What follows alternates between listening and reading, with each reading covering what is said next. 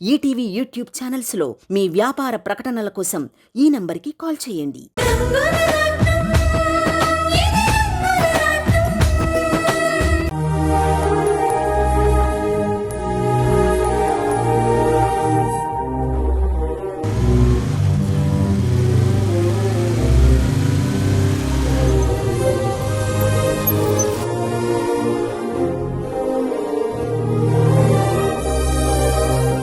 ఏంది నువ్వేనా నాకు ఫోన్ చేసింది?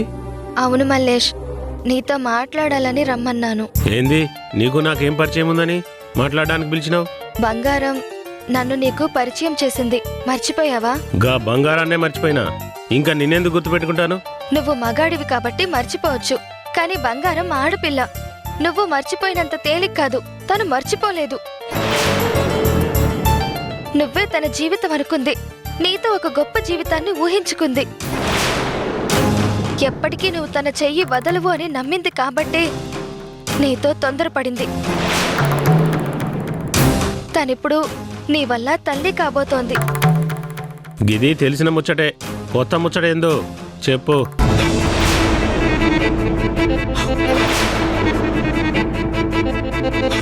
వంశీ వంశీ కారాపు కారాపు.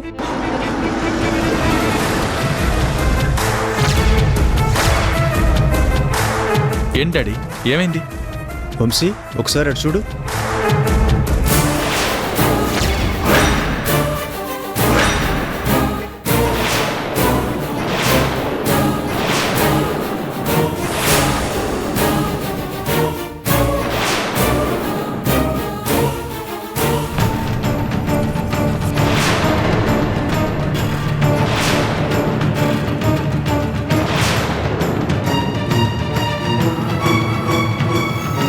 వర్ష ఎవరితోనో మాట్లాడుతుందేంటి? మాట్లాడడం లేదురా, పోట్లాడుతుంది. ఎవరో తెలియని అబ్బాయిని నడి రోడ్డు మీద ఇలా దెబ్బలాడుతుందంటే ఏంటర్థం? అంటే ఏంటమ్మా, వర్ష తప్పు చేస్తుందంటావా? నేనా మాట అనడం లేదురా, చూసే వాళ్ళకి అలాగే కనబడుతుంది. ఇప్పుడే అడుగుతానుండండి. ఆగు వంశీ, తను ఏం మాట్లాడుతుందో ఎందుకు మాట్లాడుతుందో తెలియనప్పుడు నువ్వు వెళ్ళి ఏమని అడుగుతావు?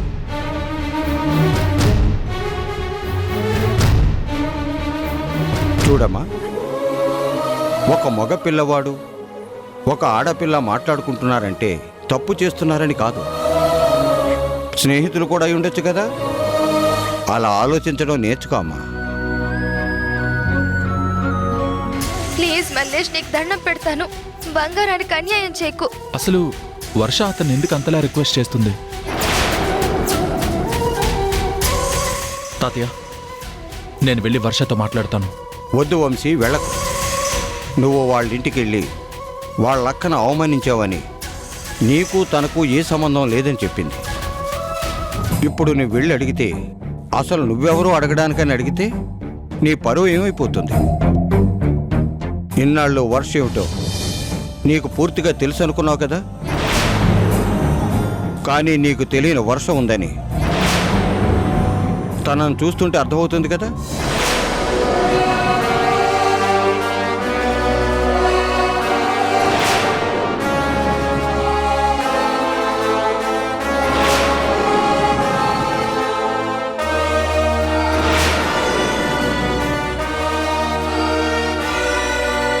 పద వెళ్దాం.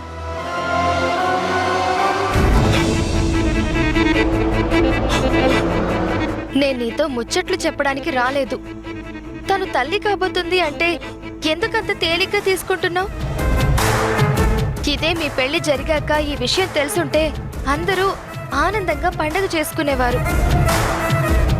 కానీ ఇప్పుడు ఈ విషయం ఎవరికైనా తెలిసింది అంటే బంగారాన్ని వాళ్ళ నాన్న అడ్డంగా నరికేస్తారు. అది నీకు అర్థమవుతుందా? చూడు వర్ష, నీకు నాకు స్నేహం లేదు, నీతో నాకు దుష్మని కూడా లేదు, కానీ ఇట్లా బంగారం గురించి మాట్లాడడం నాకు నచ్చట్లే. గది మా రెండు కుటుంబాల పంచాయతీ, గది నీకెందుకు?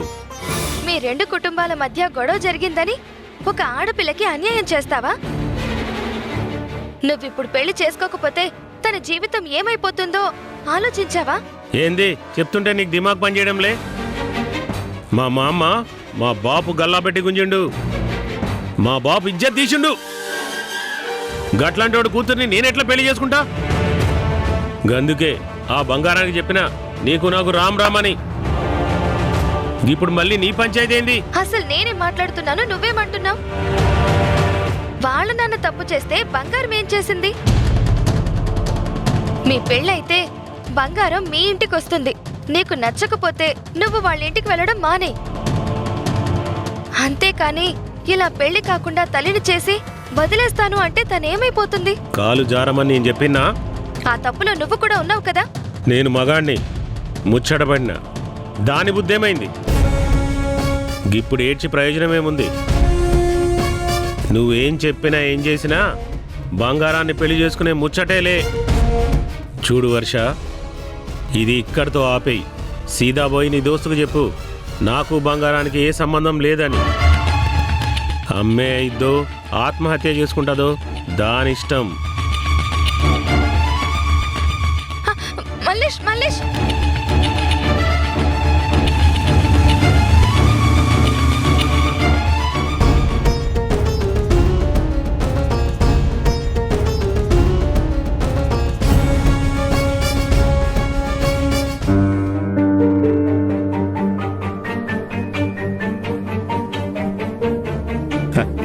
Okay okay.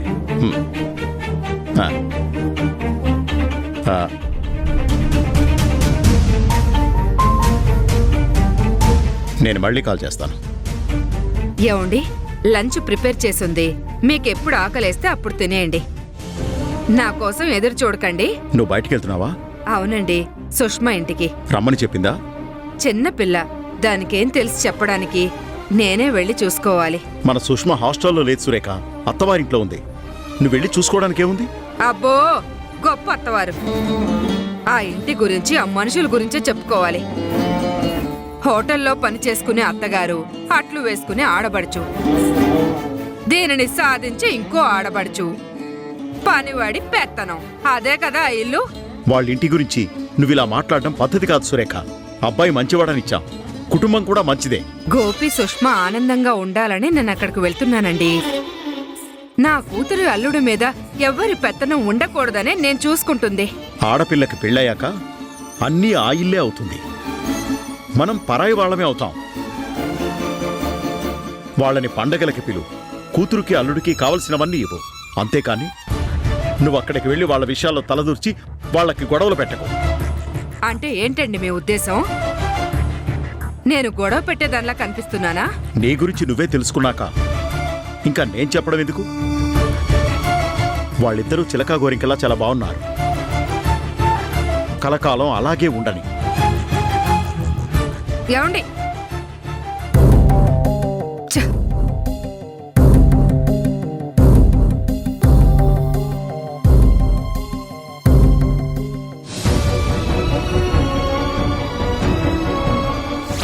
అసలు నేను ఆయన ఇన్నేళ్లు ధైర్యంగా బతుకుతున్నది ఆయన దగ్గర వర్ష పెరుగుతుంది అన్న నమ్మకంతో. వర్ష అన్నయ్య దగ్గర పెరిగితే ఆనందంగా ఉంటుందని కూడా మాకు తెలుసు. వాళ్ళిద్దరూ కలిసి రావాలి, మేం కళ్ళారా చూసుకోవాలని నేను ఆయన బతుకుతున్నాము.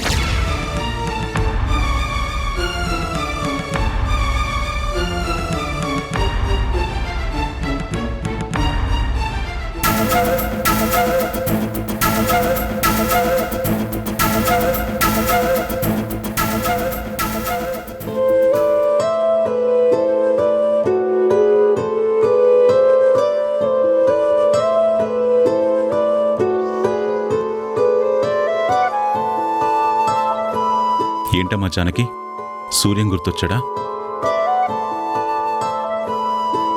మర్చిపోతే కదన్నయ్య గుర్తుకు రావడానికి. ఆయన ఎప్పుడు నా కళ్ళ ముందే ఉండాలని కోరుకుంటాను. ఇక్కడ అందరం అదే కోరుకుంటున్నామమ్మా. సూర్యం ఎందుకు దూరంగా ఉంటున్నాడో అర్థం కావడం లేదు. వాడు ఎప్పుడు వస్తాడా, మళ్ళీ మనందరం ఎప్పుడు సంతోషంగా ఉంటామా అని ఎదురు చూస్తున్నాను. ఎన్ని ప్రయత్నాలు చేసినా వాడి జాడ మాత్రం తెలియడం లేదు. ఆ భగవంతుడు మా ఇద్దరి మధ్య ఈ ఎడబాటును ఎందుకు సృష్టించాడో కూడా తెలియడం లేదు.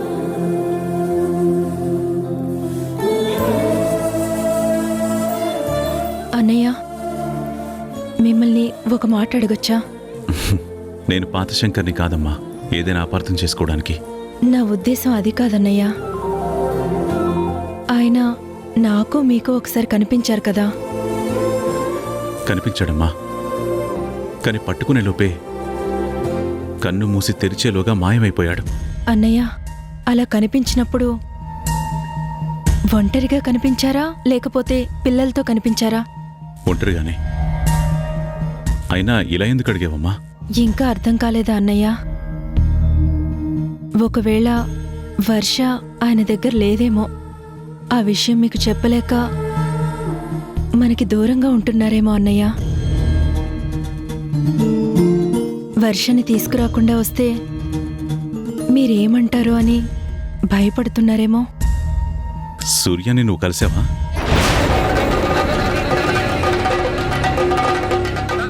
కలిస్తే కన్నీళ్ళు ఎందుకు వస్తాయన్నయ్య?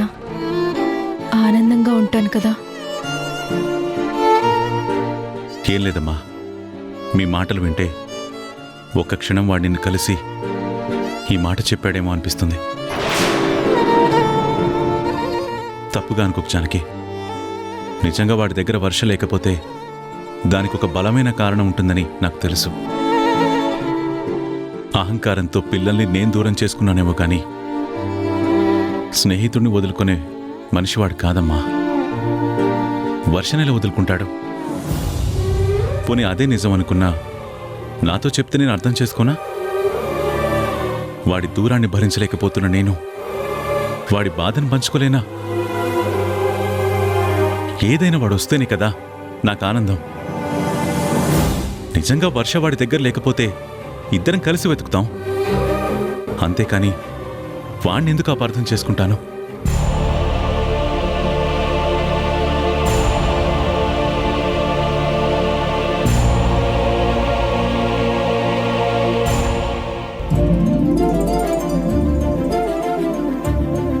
విన్నారా అండి అన్నయ్య ఏం చెప్పారో? ఇదే మాట నేను మీకు ఎన్నిసార్లు చెప్పినా మీరే నమ్మలేదు.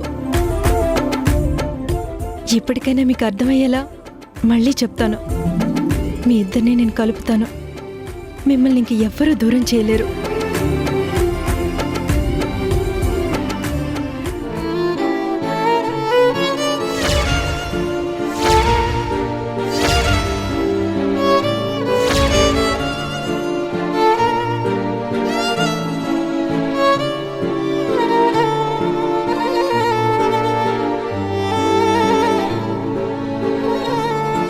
చిన్న చిన్న నువ్వు ఇక్కడున్నావేంటన్నా? ఏయ్, ఎవరు నువ్వు? అదేంటన్నా అలా అంటావు? నువ్వు ఈ తాతయ్యనే మర్చిపోయావా? నువ్వు నా తాతయ్య కాదు, వదిలేయ్. మీ అమ్మ నీతో అలా చెప్పిందా? నువ్వంటే నాకు ప్రాణం చిన్న. నిన్ను చూడకుండా నేను ఉండలేను నాన్న. నా బంగారం కదూ, నువ్వు నాతో పాటురా. నీకు ఆశ్రమంలో పళ్ళు స్వీట్స్ అన్నీ కొనిస్తాను. రా. ఏయ్, ఎవరు నువ్వు? నువ్వు మా తాతయ్య కాదు. అలా అనకూడదు బాబు. నువ్వు మా తాతయ్య ఆశ్రమం వెళదాం పద. దా, దా. అంకుల్ అంకుల్, ఏంట్రా నా మీ కొడుకేడి? బాబుని మేము ఆడుకుంటూ ఉంటే ఎవరో ఒక ఆయన ఎత్తుకొని పోతున్నాడు. ఎవర్రా? తెలియదంటీ. వాడు ఏడుస్తున్నా కూడా ఎత్తుకొని తీసుకొని వెళ్ళిపోతున్నాడు. ఒరే సైదులు, సింహాచలం, యాదగిరి ఇట్రండ్రా. ఏమైంది? ఏంటి, ఏం జరిగింది? నా కొడుకుని ఎవరో ఎత్తుకెళ్లారంట్రా. రండ్రా, పదండ్రా. తొందరగా రండి. మీ తాతన్నానా చిన్న? నువ్వు మా తాతయ్య నీకు చాక్లెట్లు కాదు. బిస్కెట్లు బాబు బాబు బాబు అన్నీ కొనిస్తానన్నా. కాదు, నువ్వు మా తాతయ్య నేను తాతయ్యనేనన్నా. కాదు. బాబు బాబు బాబు, నువ్వు లేకపోతే నేను ఉండలేను నాన్న. నన్ను వదులు. చిన్న బాబు ఎక్కడున్నావురా? కన్నా నన్ను వదిలి ఉండకరా. తొందరగా రండిరా. బాబు ఎక్కడున్నావురా? ఎక్కడికి వెళ్ళావు? నాన్న నన్ను వదులు. మన ఆశ్రమంకి వచ్చేసావు నాన్న. లోపలికి వెళ్ళిన తర్వాత నీకు అన్నీ కొనిస్తానే, ఆ? చాక్లెట్లు, బిస్కెట్లు అన్నీ కొనిస్తాను నీకు, ఆ?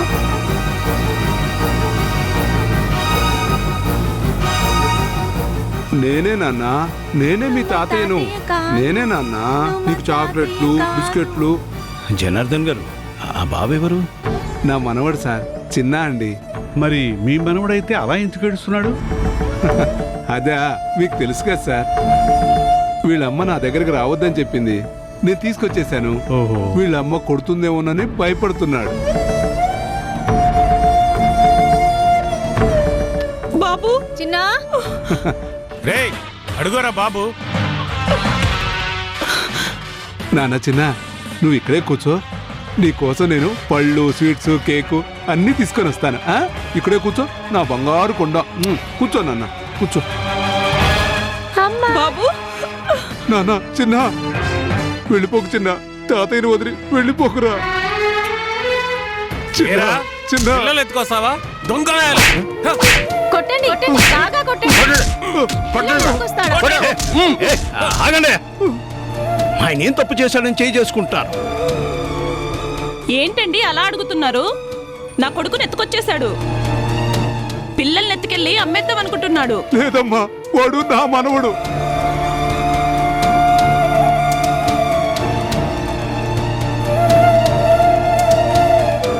కాదు చిన్న, చిన్న, చిన్న, ఎక్కడున్నావురా?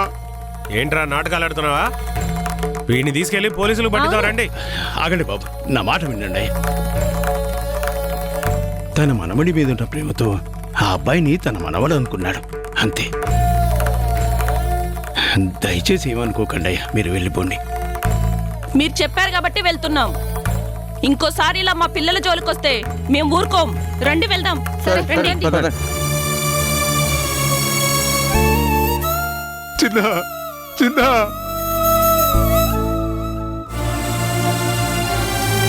రారా, ఈ తాతయ్య దగ్గరికి రారా, నిన్ను చూడాలనుందిరా. ఎక్కడున్నావురా చిన్న? జనార్దన్ గారు, ఊరుకోండి, ఊరుకోండి. సమయానికి మేము ఉన్నాం కాబట్టి సరిపోయింది, లేదంటే మిమ్మల్ని దొంగ అనుకొని పోలీసులకు అప్పగించేవారు కదా. ఏం చేయమంటారండి? నేను బతుకుతున్నదే నా మనవడి కోసం. వాడిని చూస్తేనే ఈ గుండె కొట్టుకుంటుంది. వాడిని, నా కోడలు నా దగ్గర కూడా రానివ్వడం లేదు. భార్య మాటని కాదని నా కొడుకు కూడా ఏమీ చేయలేని స్థితిలో ఉన్నాడు. మేమంతా రాక్షసులు. దేవత లాంటి వర్ష మా ఇంటికి కోడలిగా వచ్చింది, మమ్మల్ని మనుషులుగా మార్చింది.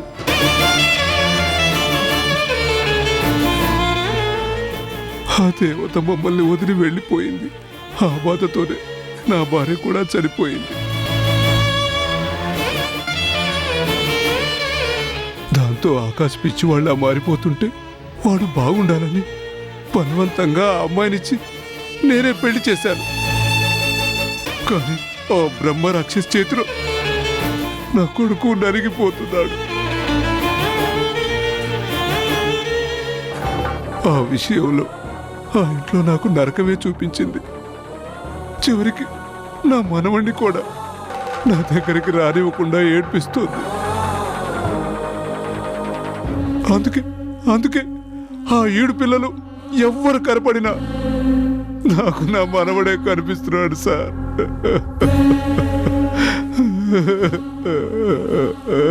ఊరుకోండి.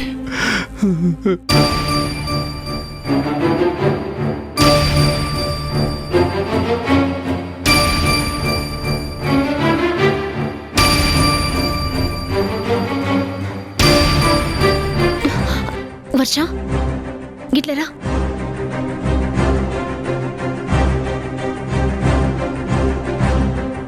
వర్ష, మా బావతో మాట్లాడినవా? మాట్లాడాను బంగారం. ఏమన్నాడు? నీ మాటైనా విన్నాడా? లేదు బంగారం, మీ బావ చాలా మూర్ఖంగా మాట్లాడుతున్నాడు. మీ నాన్న వాళ్ళ నాన్నని తిట్టాడు అన్న కోపంతోనే ఉన్నాడు, కానీ నీ జీవితం ఏమైపోతుందోనని ఏమాత్రం ఆలోచించడం లేదు. గదే గదా నేను మొదటి నుంచి మొత్తుకునేది. గా మల్లేష్ గాడి ప్రేమ నిజం అనుకుని గాన్ని ప్రేమించిన. బావ నన్ను ప్రాణం లెక్క చూసుకుంటాడని భ్రమపడినా, గందుకే ఈ తప్పు చేసిన. ఇప్పుడు చెప్పుతో కొట్టినట్టు చెప్తున్నాడు. ఇప్పుడు ఏం చేయాలి వర్ష? అదే నాకు అర్థం కావడం లేదు. నేను ఎంత కూల్గా మాట్లాడినా మీ బావ నా మాట వినిపించుకోలేదు. తనకి నీకు ఏ సంబంధం లేదన్నట్టే మాట్లాడుతున్నాడు.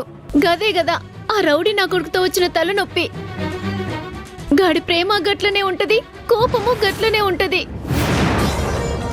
నీ కాల్ముక్త బావా, నా బ్రతుకు నాశనం చేయకని నేను ఏడ్చుకుంటూ మొత్తుకున్నా.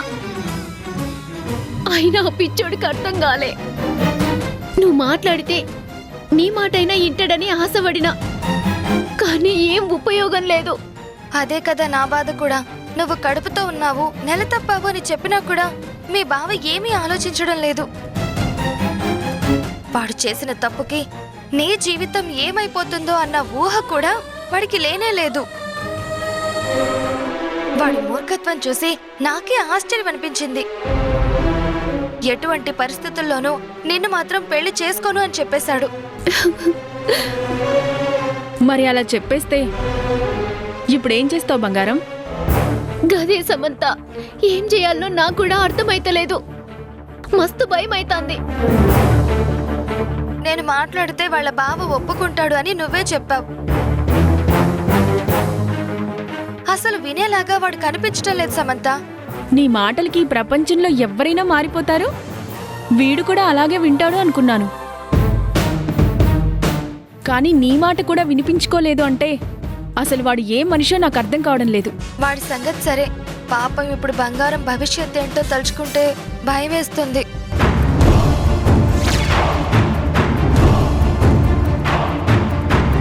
ఏం మాట్లాడుతున్నావు సమంత? తన ప్రెగ్నెన్సీని ఎలా దాస్తావు? ప్రెగ్నెన్సీని పెంచుకుంటే దాచలేం, కానీ తుంచుకుంటే ఎవరికి తెలుస్తుంది? అంటే ఏముంది, రెండో కంటికి తెలియకుండా అబార్షన్ చేయించుకోవడమే. ఈటీవీ విన్ యాప్ రోజుకి కేవలం రూపాయి మాత్రమే. ఇప్పుడే ఈటీవీ విన్ యాప్ డౌన్లోడ్ చేసి సబ్స్క్రైబ్ చేయండి.